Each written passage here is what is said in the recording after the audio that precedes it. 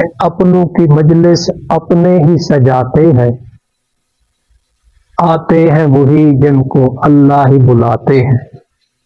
نبی صلی اللہ علیہ وسلم کی سیرت النبی صلی اللہ علیہ وسلم کی مجلس ہے۔ آقا صلی اللہ علیہ وسلم کی یہ سیرت کا 14واں درس ہے۔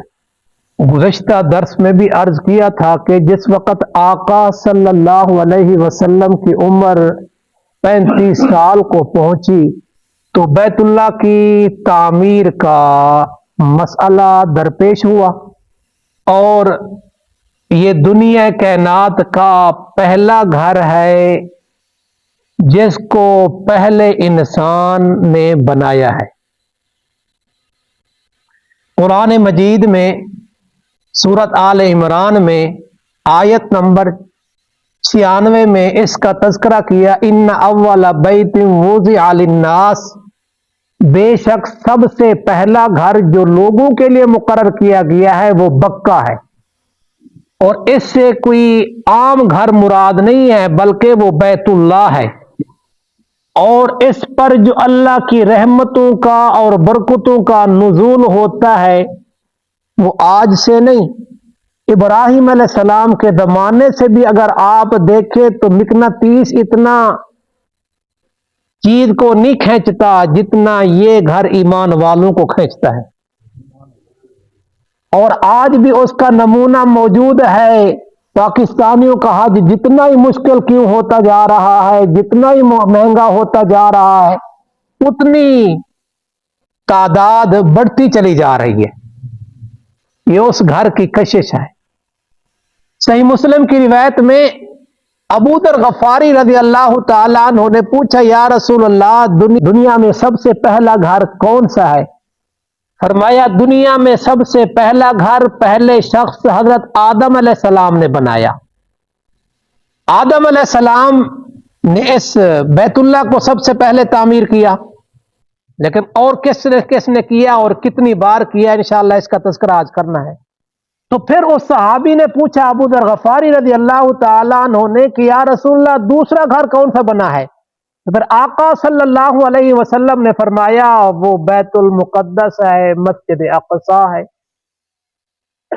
صحابی کو بھی حیرانی ہی ہوئی، اور آپ بھی پہلے سن چکے ہوں گے اور حیران ہو چکے ہوں گے، جن کے لیے پہلی مرتبہ ہے تو وہ بھی حیران ہوں گے کہ عام طور پہ تو یہی سنا گیا ہے کہ بیت اللہ کا بنانے والے ابراہیم علیہ السلام ہے اور بیت المقدس کے بنانے والے داؤد علیہ السلام اور سلیمان علیہ السلام ہے، تو ان کے درمیان میں تو ہزاروں سال کا وقفہ ہے، جبکہ بیت المقدس اور بیت اللہ کے درمیان جو یہ دونوں گھر بنائے گئے ہیں اس میں 40 سال کا وقفہ ہے۔ اور پھر صحابی نے پوچھا اس میں کے درمیان فاصلہ کتنا ہے؟ فرمایا 40 سال کا، جبکہ داؤد علیہ السلام، سلیمان علیہ السلام اور ابراہیم علیہ السلام کے ان کے درمیان کا فاصلہ تو ہزاروں سال بنتا ہے۔ تو پھر آقا صلی اللہ علیہ وسلم نے مزید وضاحت فرمائی کہ سب سے پہلا گھر آدم علیہ السلام نے بنایا، پھر جب ملک شام کا سفر کیا تو اس موقع پر بیت المقدس کی بھی تعمیر فرمائی آدم علیہ السلام نے۔ یہ بیت اللہ خانہ کعبہ کہتے، اس کو بنانے کی وجہ کیا پڑی؟ حکم تو اللہ کا تھا، لیکن تمنا آدم علیہ السلام کے دل میں پیدا ہوئی۔ اس کی وجہ یہ تھی کہ جس وقت اللہ تبارک و تعالیٰ نے آدم علیہ السلام کی تخلیق کا پروگرام بنایا اور اس کا تذکرہ فرشتوں کے سامنے کیا، انی جاعل فی الارض خلیفہ، تو میں زمین میں اپنا ایک نائب اور نمائندہ بنانے لگا ہوں، تو فرشتوں نے اس موقع پر کیا کہا تھا؟ اتجعل فیہا من یفسد فیہا ویسفک الدماء۔ تو اللہ تبارک و تعالیٰ نے ان کی صفات کا تذکرہ کیا، آدم علیہ السلام کی برتری کو ان پہ نمایاں کیا، ظاہر کیا۔ اب فرشتے گھبرا گئے کہ کہیں اللہ ہم سے ناراض نہ ہو جائے، تو وہ بیت معمور ہے، یعنی جہاں بیت اللہ آج بنا ہوا بالکل عین اس کی سید میں بیت معمور ہے۔ فرشتے ان کا طواف کرتے ہیں، ہر روز 70,000 فرشتے طواف کرتے ہیں، جس نے ایک دفعہ طواف کیا قیامت تک اس کی باری نہیں آئے گی، اتنی تعداد فرشتوں کی ہے۔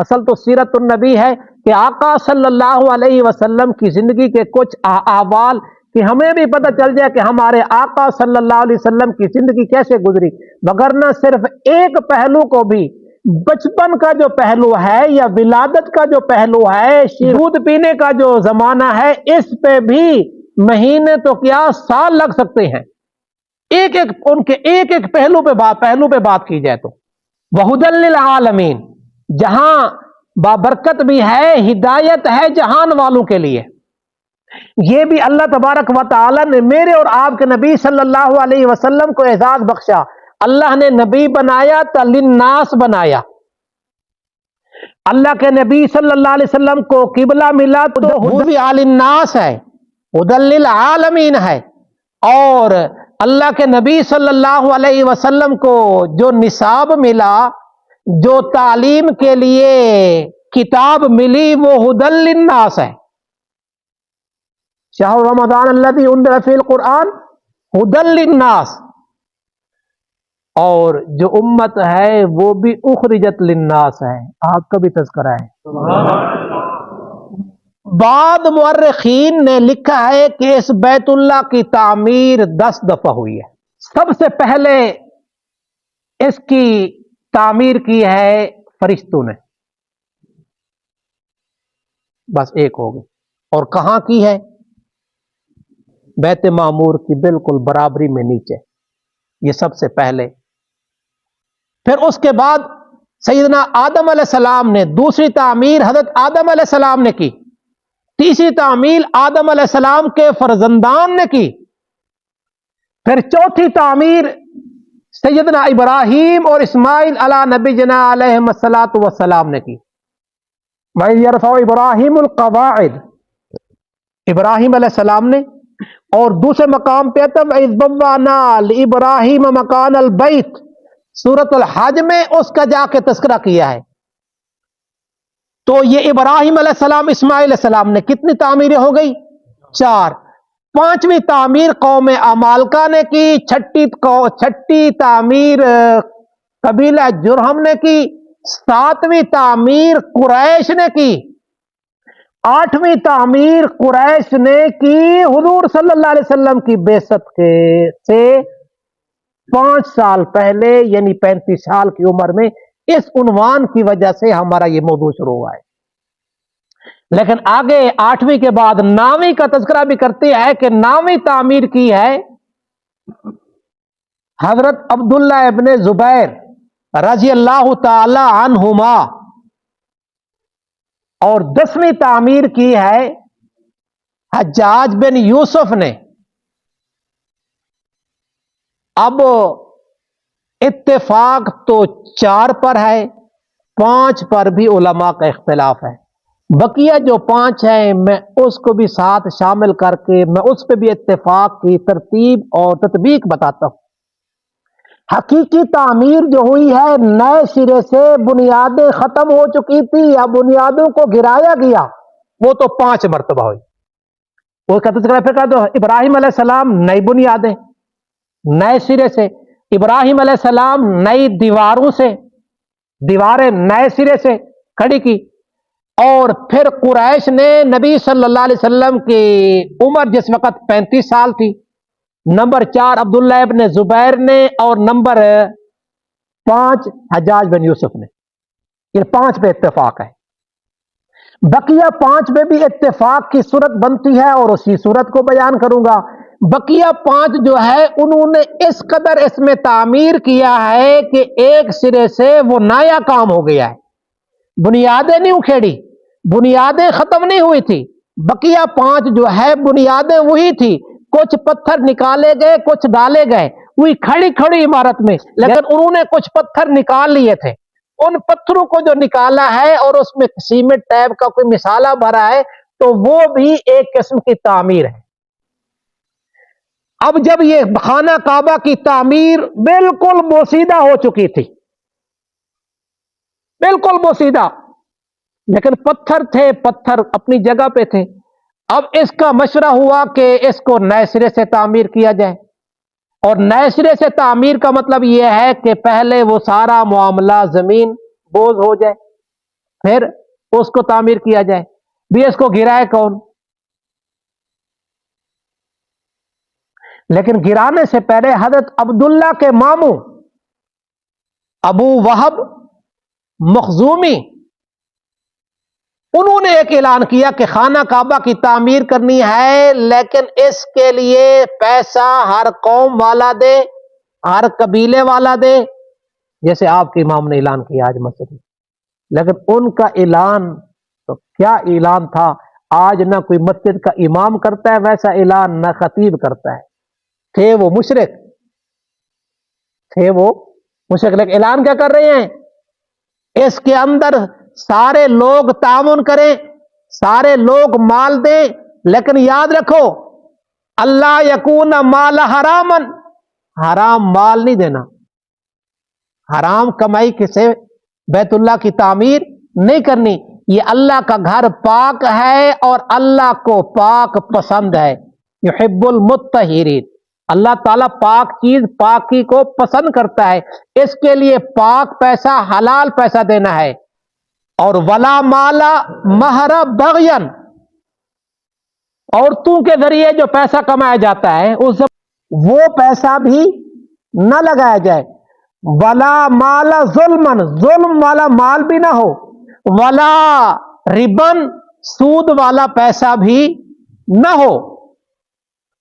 ایسا مال اس پہ لگایا جائے. اس پہ اتفاق ہو گیا. اب اس کی باری آئی گرانے کی، تو کون گرائے؟ ابھی بتایا ہے کہ ابرا کا حال تو آپ سن چکے ہیں، پڑھ چکے ہیں، فجعلہم کعصف مأکول. تو اس کو کون گرائے؟ تو ولید بن مغیرہ اس نے کہا میں بوڑھا ہو چکا ہوں، میں گراتا ہوں. اگر گرانے میں کامیاب ہو گیا اور مجھے کچھ نہ ہوا فہو المراد، تو مراد کو پہنچ جائیں گے. اگر میں مر گیا تو زندگی گزار چکا ہوں، پھر آپ اپنا سوچ لینا، پھر تو نہیں اس کو گرایا جائے گا. اچھا، اس وقت بیت اللہ کا جو اونچائی تھی وہ 9 ہاتھ تھی. پھر جب انہوں نے بنائی تو یہ 18 ہاتھ تک لے گئے. اب جب انہوں نے کہا کہ اس کو گرانے کے لیے میں جاتا ہوں، وہ چڑھ گیا، اوپر چڑھا تو دیکھا اندر اژدہا ہے، واپس آ گیا پریشان. رات کو سارے پریشان اور دعائیں کر رہے ہیں، اللہ تیرا گھر بنانا چاہتے ہیں، خوبصورت بنانا چاہتے ہیں، صاف ستھرا بنانا چاہتے ہیں، نئے سرے سے بنانا چاہتے ہیں. تو صبح کے دیکھا ایجاد کی جانب سے ایک بہت بڑا پرندہ، یہ بھی ابابیل کی طرح پہلی دفعہ انہوں نے دیکھا تھا، وہ آیا اس اژدہا کو اڑا کے لے کے چلا گیا. انہوں نے کہا جی پہلا کام آسان ہو گیا، اللہ بھی چاہتا ہے کہ اس کی تعمیر ہو. وہ سانپ جو نکل گیا. اب یہ کھڑے ہوئے، ایک کدال مارا، دوسرا مارا، تیسرا مارا، ایک پتھر گرانے پہ کامیاب ہو گئے، پھر کرتے کرتے دوسرا پتھر. کہا اب تو آ جاؤ، کہا نہیں ابھی صبر کرو. رات بھی گزر گئی، صبح پھر بلایا، کہا بھی نہیں پہلے تو اپنے بیٹوں کو ساتھ لے کے جا. وہ بیٹوں کو ساتھ لے کے گیا. پھر جب انہوں نے دیکھا، اور ولید نے ایک دعا کی تھی، اللہم لا نرید الا الخیر، یا اللہ ہمارا خیر کا ارادہ ہے، ہم اس کو ملیا میٹ نہیں کرنا چاہتے، نیست و نابود نہیں کرنا چاہتے، بلکہ نئے سرے سے تعمیر کرنا چاہتے. اب یہ تو گر گیا، اب تعمیر کیسے کرنی ہے؟ آپ نے بیت اللہ کی اگر پرانے کہیں بستیوں تصویریں آتی ہیں نا، اس کو دیکھے تو وہ گارے مٹی گھر نظر آتے ہیں. تو یہ گارے مٹی کے بنے ہوتے ہیں. ان عرب کے علاقے، ان قریشیوں کو، ان علاقوں کو تو پتھر سے کوئی نسبت ہی نہیں تھی، پتھر سے گھر بنانا. تو ابھی یہ سوچ بچار تھے کہ جدہ میں ایک جہاز بندرگاہ سے ٹکرایا اور ٹوٹ گیا. ان کو پتا چلا تو ان میں سے ابو وہب یا خود ولید، یہی جن کا تذکرہ ہوا ہے، یہ پہنچ گئے وہ جو جہاز پھٹے لکڑی وغیرہ کا بنا ہوتا وہ خریدنے کے لیے. اچھا لکڑی تو خرید لیں گے چھت ڈالنے کے لیے، لیکن پتھروں سے کون؟ اسی جگہ جب گئے تو بقامی یا کوئی شخص ایسا تھا جو قبطی خاندان سے تعلق رکھتا تھا، وہ تعمیر پتھروں کی جانتا تھا. یہ بات ہو رہی تھی، اس نے کہا جی میں مستری ہوں، میں یہ کام جانتا ہوں. انہوں نے کہا جی یہ تو اور آسانی ہو گئی. اب یہ بھی آ گئے. اب بیت اللہ کی تعمیر شروع ہوئی. ابراہیم علیہ السلام کی تعمیر میں یہ حتیم اندر تھا، دو دروازے تھے. بعد ایک کھڑکی کا بھی تذکرہ کرتے ہیں. دو دروازے ایک کھڑکی, اور یہ بالکل زمینی سطح پر بالکل فرش کے برابر, تاکہ ادھر سے داخل ہو ادھر سے نکل جائے. لیکن انہوں نے کیا کیا, مٹیریل کم ہو گیا اور جگہ زیادہ تھی, پیسہ حلال کا ان کے پاس اتنا تھا. بعض تاریخ دانوں نے لکھا ہے ایک سردار رات کو نقاب کر کے لکڑیاں چنی, لکڑیاں چن کے پھر صبح اسی نقاب کے ساتھ جا کے اس کو بیچائے, اور اس سے جو چند پیسے ملے ہیں وہ آ کر اس نے اس بیت اللہ کی تعمیر میں دیے. اس کے پاس اس کے علاوہ کوئی حلال کا پیسہ نہیں تھا. میں نے بتایا نا, ان کا اعلان دیکھو, کمال دیکھو. آپ کا مولوی صاحب تو کہتے ہیں جی دیو چندہ دیو. اگر حلال حرام کی تمیر مولوی صاحب اعلان کر دے تو میرے خیال میں آدھے مقتدی تو ویسے ہی ناراض ہو جائیں گے. ہاں جی, بہانے ڈھونڈنے والے تو ویسے ہی بہانہ ڈھونڈتے ہیں. یہ مشرکین مکہ کا تذکرہ آئے گا تو شرک تو بالکل تھا, قرآن کہتا ہے شرک تھا, لیکن ان کے اخلاق بھی مثالی تھے, اس میں کوئی شک نہیں ہے. قریشی بھی تھے, یہ بھی ذہن میں رکھ لیں, اور ہاشمی بھی تھے, یہ بھی ذہن میں رکھ لیں. تو اب حتیم کو انہوں نے نکالا اور 18 فٹ تک لے گئے, اور دروازہ جو بالکل ابھی آپ کے سامنے ہے اسی طرح انہوں نے دروازے کو اوپر لے کے گئے. اب جب حجر اسود کے رکھنے کی باری آئی تو اس پہ ہو گیا اختلاف, اس پہ اختلاف ہو گیا. ہر ایک قبیلے نے اس بات پہ آمادگی کا اظہار کیا اور اس بات پہ ڈٹ گئے کہ حجر اسود ہمارا قبیلہ رکھے گا, ہم رکھیں گے, نہیں تو جنگ ہوگی. اس کا فیصلہ اس انداز سے ہوا. ان میں سے بڑا جو تھا نا عمر رسیدہ, اس نے کہا جو بیت اللہ میں سب سے پہلے آئے گا نا اس سے فیصلہ کرا لینا. اب ہر قبیلے والا خود جاگ رہا ہے, خود پہلے آنا چاہتا ہے, خود اپنے بارے میں فیصلہ کرنا چاہتا ہے. یہ سارے جاگ رہے ہیں اور آمنہ کے لال سوئے ہوئے ہیں صلی اللہ علیہ وسلم. جو جاگ رہے تھے اللہ نے ان کو سلا دیا, جو سوئے ہوئے تھے قم اس کو جگا دیا. اور جیسے ہی صبح کے وقت آقا صلی اللہ علیہ وسلم آئے نا تو جس نے دیکھا نا ان کی زبان پہ نکلا ہاذا محمد ہاذا الامین, رزینا ہاذا محمد ہاذا الامین, یہ امین ہے جو فیصلہ کرے گا ہمیں قبول ہے. اور آقا صلی اللہ علیہ وسلم نے کس فراست سے فیصلہ کیا, سبحان اللہ. آقا صلی اللہ علیہ وسلم نے فرمایا حلموا ثوبن, کپڑا لایا جائے, چادر لائی جائے, وہ بچھا دی گئی. اور پھر آقا صلی اللہ علیہ وسلم نے خود حجر اسود کو اٹھا کے اس کے اندر رکھا, اور کیا فرمایا لتاخذ کل قبیلۃ بناحیۃ من الثوب, اس کو ہر قبیلے والا پکڑے اور اٹھائے, اور سارے کے سارے اٹھا کے لے کے آئے. جب اس جگہ پہ پہنچے پھر آقا صلی اللہ علیہ وسلم نے اٹھا کے اس کو اپنی جگہ پہ رکھا. یہ کیا پتھر ہے, اس کی نسبت آدم علیہ السلام کے ساتھ ہے, اس کی نسبت ابراہیم علیہ السلام کے ساتھ ہے, اس کی نسبت اسماعیل علیہ السلام کے ساتھ ہے, اس کی نسبت کئی انبیاء کے ساتھ ہے. نادر الحجر الاسود من الجنہ وہو اشد بیاضا من اللبن وسودته خطایا بنی آدم. اللہ کے نبی صلی اللہ علیہ وسلم نے فرمایا اللہ نے حجر اسود کو جنت سے اتارا ہے, دودھ سے زیادہ سفید تھا, انسانوں کے آدم کے اولاد کے گناہ چوس چوس چوس کے سیاہ ہو گیا. اور اس حجر اسود کو یہ مقام حاصل ہے کہ یہیں سے طواف شروع کرتے ہیں اور یہیں آ کے ختم کرتے ہیں. اور ہر عمرہ کرنے والا, ہر حج کرنے والا, ہر طواف کرنے والا اس کو استلام کرتا ہے. اور حدیث میں آتا ہے آقا صلی اللہ علیہ وسلم نے فرمایا واللہ لیبعثنہ اللہ الحجر, اللہ تبارک و تعالی نے حجر اسود کو نازل فرمایا ہے, لہو عینان یبصر بہما, اللہ نے ان کو دو آنکھیں عطا کی ہیں اس کے ساتھ دیکھتا ہے, ولسان ینطق بہ, اللہ نے اس کو ایک زبان بھی عطا کر رکھی ہے, اس زبان کے ساتھ یہ بولے گا. کس کے بارے میں بولے گا, کیا بولے گا یشہد علی من استلمہ بحق، ہر اس شخص کے حق میں گواہی دے گا جس نے اس کا استلام کیا ہوگا اور استلام کا حق ادا کیا ہوگا، جس استلام کرنے کا حق ہے۔ اللہ آپ سب کو لے جائے، بار بار لے جائے، باری باری لے جائے، کٹھے نہ چلے جانا سارے کہ میں کل ہی نہ رہ جاؤں۔ آقا صلی اللہ علیہ وسلم نے 4 عمرے کیے اور ایک حج فرمایا کہ آقا صلی اللہ علیہ وسلم نے یہ تعلیم دی، اگر ایسا نہ ہو کہ اس کے بوسے کے لیے پھر بے اکرامی اور بے احترامی ہو، اور حتیٰ کہ دیکھنے اور سننے میں یہاں تک آیا ہے کہ امام کعبہ دوسرا سلام مکمل نہیں پھیرتے کہ پہنچنے والے وہاں تک پہنچے ہوئے ہوتے، بھاگ دوڑ کے دھکے دے کے۔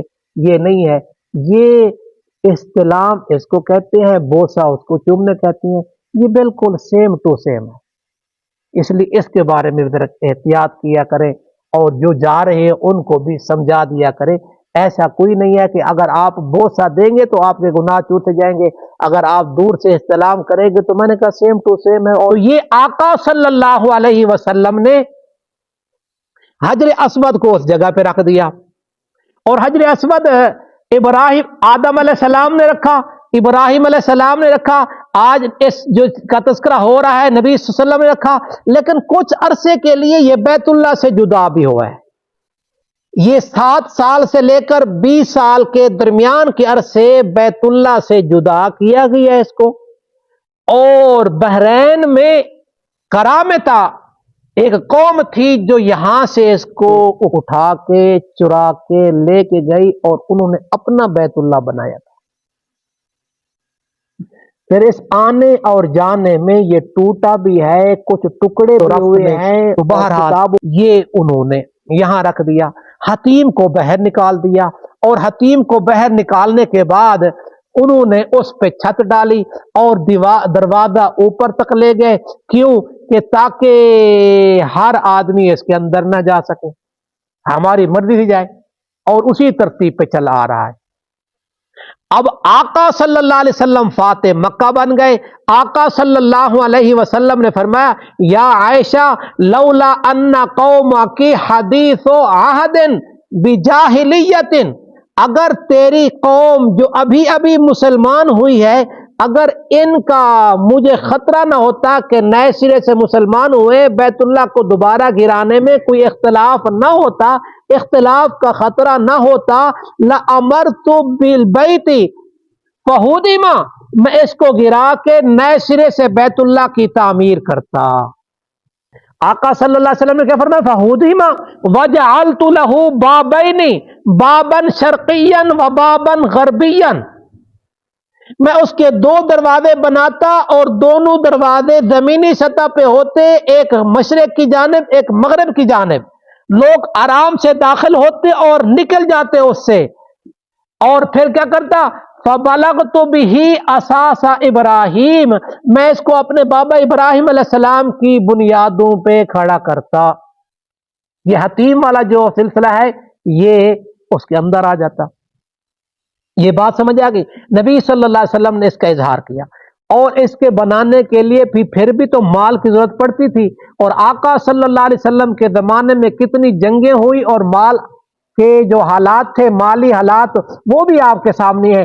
آپ صلی اللہ علیہ وسلم نے اس کا ارادہ فرمایا، اس ارادے کی تکمیل آ کے کی عبداللہ ابن زبیر رضی اللہ تعالی عنہما نے، اس نے پھر اس کی تعمیر کی، پھر تعمیر، اور یہ تعمیر کس زمانے میں ہوئی؟ یزید بن معاویہ، حضرت معاویہ رضی اللہ تعالی عنہ کے جو بیٹے یزید، اس کے زمانے میں عبداللہ ابن زبیر نے اس کی تعمیر کی، اور انہوں نے حتیم کو شامل کیا، 2 دروازے بنائے، اور پھر وہی ابراہیم علیہ السلام کی تعمیر پہ آ گیا۔ پھر حجاج ابن یوسف کا زمانہ آیا تو حجاج ابن یوسف نے کیا کیا؟ اس نے پھر وہ جاہلیت والے زمانے کی جو ترتیب تھی نا، اس کو پھر اس ترتیب پہ لے کے آیا، پھر دروازہ اوپر لے گئے۔ پھر ہارون رشید کا زمانہ آیا، دیگر اور بادشاہ نے بھی ان کے حوالے سے ترمیم کے ساتھ دوبارہ اس کو بنانے کا ارادہ رکھتے تھے۔ علماء نے کہا نہیں، سستی شہرت کرنے کے لیے ہر بادشاہ کبھی اس جاہلیت کی تعمیر پہ لے آئے گا، کوئی ابراہیم علیہ السلام کی تعمیر پہ لے آئے گا. جس طرح آپ کا پاکستان سیاسی لوگوں کے لیے کھلونا بنا ہوا ہے، نعوذ باللہ وہ اس بیت اللہ کو بھی ایک کھلونا بنا کے اس کے ساتھ کھیلتے رہیں گے. 1995 یا 96 میں پھر سعودی حکومت نے اس کو اس طریقے سے تعمیر کیا کہ بنیادیں تو وہی ہیں، لیکن اس کے اندر ایسی کاریگری اور ایسے طریقے سے مثالیں اور کچھ پتھر بھی لگائے گئے، ڈالے گئے، اور بالکل پھر اس کے اوپر جو غلاف ہے، یہ غلاف بھی آقا صلی اللہ علیہ وسلم کی ولادت سے بھی پہلے کا تذکرہ آتا ہے. شاہ طبہ نے اس کے اوپر غلاف چڑھایا تھا، اس کا تذکرہ ہمارا گزشتہ درسوں میں گزر چکا ہے. پھر یہ غلاف بھی چڑھتے ہیں، یہ صرف کالا غلاف نہیں ہے، اور بھی رنگ کے غلاف چڑھتے رہے. تو یہ پھر بیت اللہ کی تعمیر ہو گئی، اور آقا صلی اللہ علیہ وسلم بھی اس تعمیر میں شریک تھے. اور ایک موقع پر اسی تعمیر میں آپ کے چچا نے آپ کو پتھر اٹھاتے ہوئے دیکھا اور زخمی حالت میں بھی دیکھا. تو اس چچا نے کہا کہ اپنی تہمت اتار کے یہاں رکھ لو.